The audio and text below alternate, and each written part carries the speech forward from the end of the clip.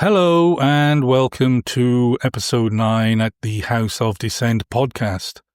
In this episode, I will be discussing the chapter titled Canadian Critical Communication, written by Robert E. Babe and James P. Winter.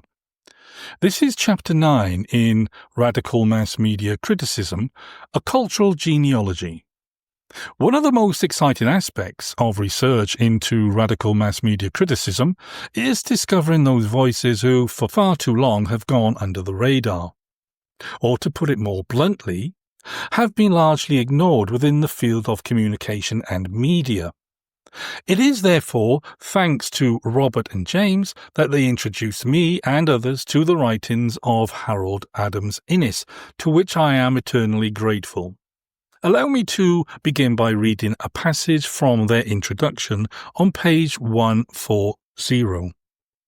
Scholarly media criticism in Canada began with Harold Adams Innis, a political economist at the University of Toronto, and possibly the most eminent academic Canada has produced. For most of his career, Innis expounded the Staples thesis of Canadian economic history, proposing that the rise to predominance of a new staple, sequentially fish, fur, lumber, mining and wheat, produced a period of crisis as the way of life, and thought associated with the earlier staple was challenged by cognitive and organizational factors associated with the new. And the authors go on to say, in his last few years, however, in 3 books, Innis turned from Canadian economic history to world civilizations, expounded his media thesis, and, in his own words, Innis said, Western civilization has been profoundly influenced by communication, and that marked changes in communications have had important implications. Now, the writers finish by saying, more specifically, Innis proposed that the mode of communication is a principal factor affecting the organization of societies. His was a heuristic mode of analysis, taken up by other eminent Canadian writers past and present. Indeed, Innis's media thesis remains a powerful instrument for media criticism today. Now, at the beginning of their chapter, the authors produce a short quotation from Harold Innis, which says, as modern developments in communication have made for greater realism, they have made for greater possibilities of delusion. When I first read that quote, I was struck by the inclusion of the word delusion, a word not to be underestimated in this present context. It is a powerful and provocative word to use, even more so in relation to the creation of a greater realism, as Innis put it. It is the sort of quote any of us could write an extended essay on, for it contains so much of interest and intrigue, not to mention controversy. For example, the study of delusion is a part of both clinical psychology and psychiatry. Those who are delusional can be seen to suffer from an alternative reality, detached from reality itself. Perhaps this is what the so-called alt-right and right-wing populists suffer from, a form of delusion enveloped within a fantasy world of conspiratorial theories. It's certainly fanciful stuff that merits further investigation. Indeed, we could go off on all kinds of different tangents here. For example, the French artist Jean-Louis André Theodore Géricault produced a painting of a man suffering from grandiose delusion. The image is of a tortured soul, and the message is clear. He is removed from reality. The rabbit hole we could go down in relation to delusion is mind-boggling. For example, there is a fascinating connection here with one of the Frankfurt School writers, one who wasn't central to it, but was on the periphery. He was the social psychologist Erich Fromm, who wrote the remarkable book called The Sane Society. And here's a quote from page 14 of that book. It is naively assumed that the fact That the majority of people share certain ideas or feelings proves the validity of these ideas and feelings. Nothing is further from the truth. Consensual validation as such has no bearing whatsoever on reason or mental health. Just as there is a folie à deux, there is a folie à millions. The fact that millions of people share the same vice does not make these vices virtues. The fact that they share so many errors does not make the errors to be truths. And the fact that millions of people share the same mental pathology does not make these people sane. Now, Innis's use of delusion is of course equivalent to insanity, which is the point that Fromm made. Perhaps on first thoughts, being delusional may not appear the same as Adorno and Horkheimer's concept of mass deception in relation to enlightenment that I discussed in a previous episode. But in relation to media communication, it seems to me that the deliberate use of deception and propaganda triggers delusional thoughts, giving the illusion of being completely sane.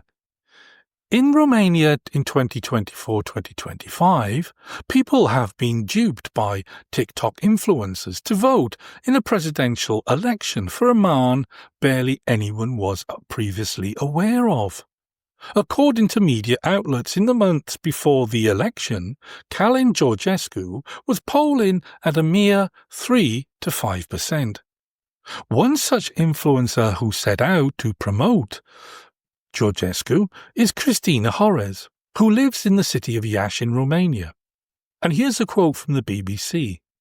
Far-right candidate Calin Georgescu's shock victory in the first round of elections was annulled amid accusations of Russian interference, suspicious TikTok accounts, and secret payments to online influencers. Moscow denied interfering in the election. The influencers were so effective in promoting this unknown man that when the Romanian authorities banned Georgescu from running again as a candidate, there were mass protests throughout Romania.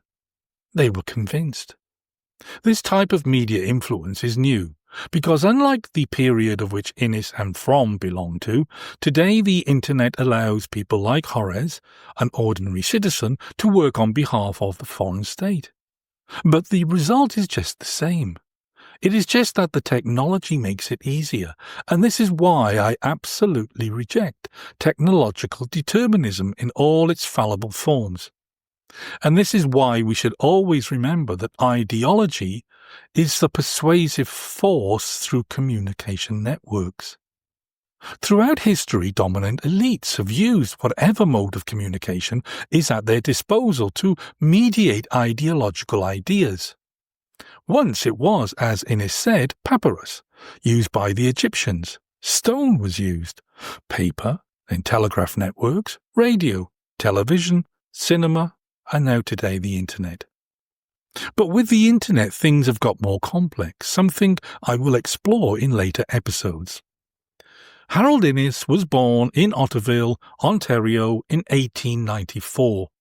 He lived a relatively short life, dying in 1952 at the age of 58.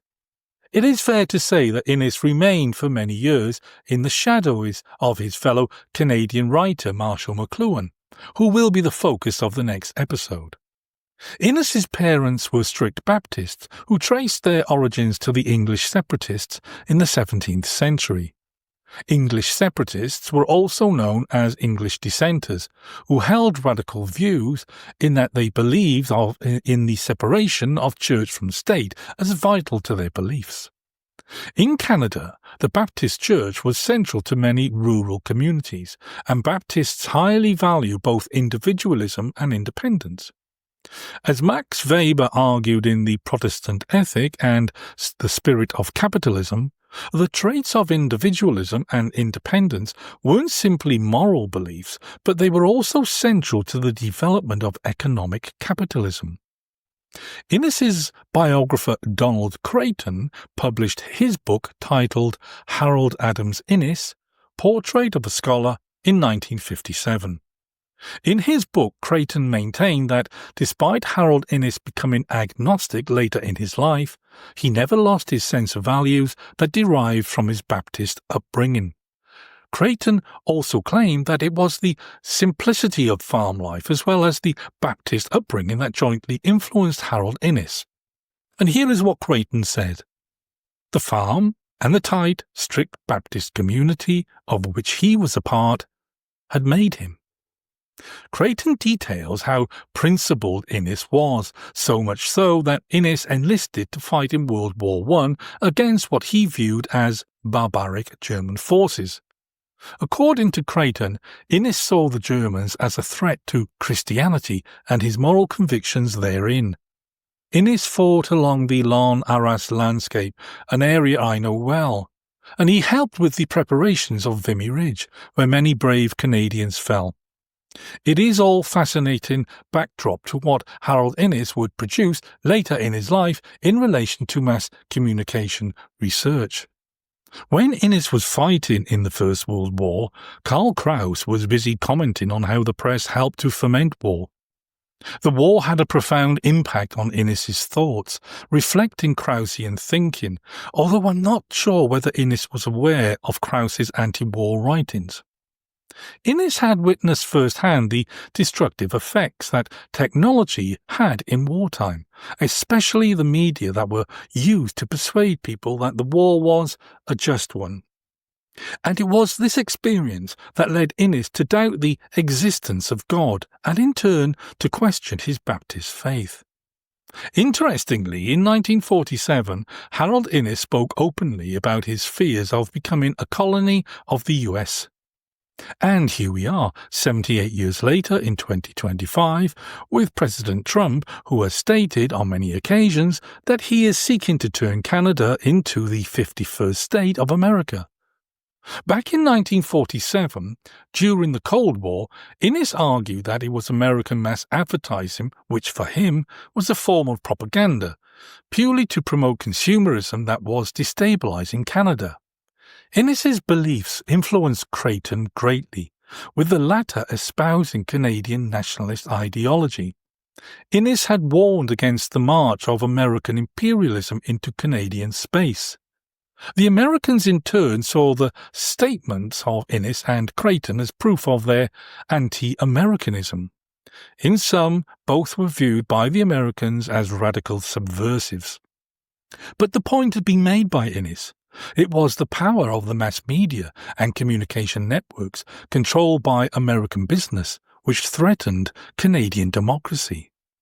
The American-dominated advertising that Innis warned of must have had a huge impact on his thinking in terms of how colonial, or in this case an imperial power, utilizes mass communication to shape civilizations. Robert Babe and James Winter are absolutely correct to state that the media thesis forwarded by Harold Innis is indeed relevant to media criticism today. A point I'll elaborate on in a moment in relation to the Internet as a relatively new mode of communication when set in an historical context.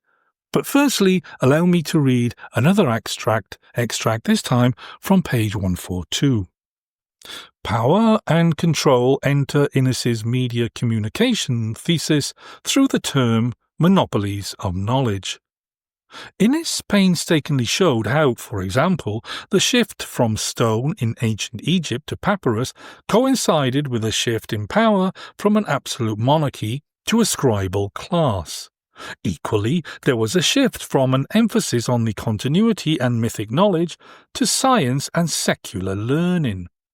Similarly, in the Middle Ages, as Innis noted, and I quote in Innis here, the monopoly of knowledge built up under ecclesiastical control in relation to time and based on the medium of parchment was undermined by the competition of paper.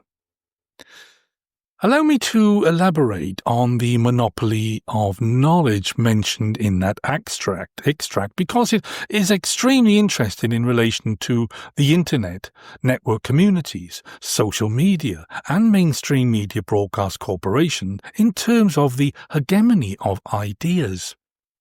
According to Innis, monopolies of knowledge emerge when certain groups dominate the communicative airways. Harold Innis's principal interest was to critically examine the relationship between communications and the formation of civilizations. Innis was interested in the creation and maintenance of empires through their dominant use of communication. He developed his theory called the bias of the medium, where he outlined two principal forms of communication called time and space in his book Empire and Communications. Innis argued that communication biased towards time is characterized by its permanence. So, communicative forms such as parchment, clay and stone maintained a longevity, unlike papyrus and paper, which according to Innis was space-biased. Moreover, Innis held the view that time-biased communication methods were overwhelmingly decentralized, whereas space-biased communication methods were centralized. The centralization of communication allowed bureaucracies to have a high degree of control over communication, allowing them to rationalize their ideas and thus legitimize their authority to govern. One example of how this is achieved is by observing the development of capitalism, which is exactly what the German sociologist Max Weber attempted in The Protestant Ethic and the Spirit of Capitalism. Weber argued that double-entry bookkeeping, accounting in other words, the bedrock of capitalist development, was the central element of bureaucratic governance. But it is Innis who successfully articulated that it was and still is the means of communication which allowed for bookkeeping and other aspects of capitalist development to become normalized and acceptable to the general populace as a perfect economic function of the system. And it is this process which becomes pivotal to Harold Innis's understanding of how empires emerge and maintain power. Because if empires are to succeed, they would have to base their communication methods on both time and space, not one dominating the other. And this is where his theory of monopolies of knowledge enters the fray, because Innis argued that the ruling class, who controlled and had a monopoly on knowledge and the means of communication, would not find a balance between time and space, and would rather always favour one over the other, which is one important part of the reasons why empires rise and fall. Information and knowledge sent via internet communicative networks is a matter that would have perplexed Harold Innis. Does it have longevity or not? But perhaps a more important question is what is the impact of the internet, mobile phones and other electronic devices in the service of citizens vis-à-vis mainstream media narratives? Mainstream media operates within power structures and never challenges them. They help to maintain capitalism with all its gross inequalities. Having control over the means of communication is akin to the point that Karl Marx made in the German ideology in relation to ideas and the means of production. And Marx said this: "The class which has the means of material production at its disposal has control at the same time over the means of mental production, so that thereby, generally speaking, the ideas of those who lack the means of mental production are subject to it. The ruling ideas are nothing more than the ideal expression of the dominant material relationships, grasped as ideas."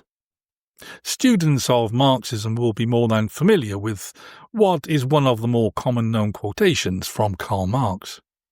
And the political economy of communications espoused by Innis was influenced by the political economy of Marx, who was fascinated by the production of human development and how change occurred, which Innis took up in relation to communications and empires. But is the quote by Marx redundant in the age of such technological advancements, whereby both material production and mental production are now so widely dispersed? Or is the fact that despite the dispersion of material production, mental production is mostly a reflection of a repeat of dominant narratives that have prevailed before the internet was even invented? Consider this quotation from Noam Chomsky. The smart way to keep people passive and obedient is to strictly limit the spectrum of acceptable opinion, but allow very lively debate within that spectrum, even encourage the more critical and dissident views. That gives people the sense that there's free thinking going on, while all the time the presuppositions of the system are being reinforced by the limits put on the range of the debate. Now, the rise of social media and the internet seemingly challenges Innis's thesis on empire, communications and power because of the decentralization that the internet offers with competing forms of knowledge to what Marx called the dominant ideology. But the fact remains that the internet is dominated by American tech companies, and the world is far more closely aligned and connected to a global capitalist mode of production. Along with monopolies of knowledge, Innis added a category of bias, and here is what Babe and Winter say on page 144 in relation to both. There is a significant difference between the Chomsky-Hermann propaganda model and the Innisian model of media bias. Chomsky-Hermann do not propose an inherent bias due to the physical properties of media. Rather, their emphasis is on the economic and political power structures in society, media ownership, control, and how media are used by those in control to serve political, economic power. Innis, in contrast, suggested that media bias is inherent to each medium, irrespective of ownership and control. On the other hand, however, he acknowledged that those controlling media possesses monopolies of knowledge, and these monopolies are reinforced by inherent media properties. And the authors go on to say, for Chomsky-Hermann, the elite possess power because they indoctrinate the public by exercising their control of the media. For Innis, the mode of communication, in a sense, affects the amount and the nature of control that can be exercised. But he emphasizes too that control over society is bound up with control over the use and access to the means of communication. Both see the threat of totalitarian style of governance resulting from control over media. And finally, they say, Chomsky-Hermann emphasize the purposive selection and treatment of news and entertainment that foster the agenda of the elite. Innis is much more abstract in his analysis of censorship and propaganda, emphasizing the vast categories of time and space, but his thrust is certainly consistent with that of Chomsky-Hermann. The author's chapter details how contemporary writers have used Innis's concept in relation to environmental issues.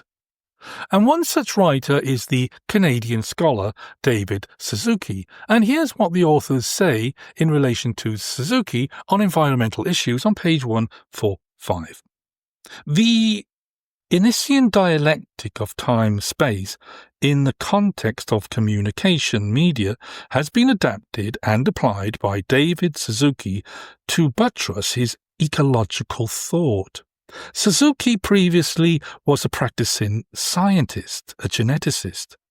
He forsook the laboratory, however, to author a series of environment books, host television and radio programs and series, and wrote newspaper columns, give speeches, and inspire activism. Here we show how Suzuki applies Innis's categories of time, space, and media bias to environmental issues. They continue, for Suzuki, a people's conception of time is key to its relationship with the natural world. Suzuki said, "Within a given community, time provides the rhythm by which stories of mortal individuals and the earth unfold. It is the lens through which we see and chronicle all natural phenomena." And finally, the authors say this. In Suzuki's view, the pre-scientific conception of time, which was widespread in Europe before Copernicus and still characterizes the mindset of many indigenous peoples, is ecologically to be much preferred to the scientific or modern conception. The former view upholds the importance of continuity. In particular, it affirms the dependence of succeeding generations of the actions of their forebears. Some variants of the pre-scientific mindset even endow humans with cosmic responsibilities, with keeping the stars on their courses, for instance. The pre-scientific conception of time furthermore pays close attention to recurrent natural rhythms. For indigenous people, circular, cyclical, or mythic time is primary. Some of nature's cycles are held to be sacred and steeped in divine signs and cosmic significance. In the next episode, I will be discussing the work of another Canadian writer, Marshall McLuhan, which is based on Chapter 10 of the book Radical Mass Media Criticism, A Cultural Genealogy, which is written by Host van Loon. But for now, thank you for listening, and bye.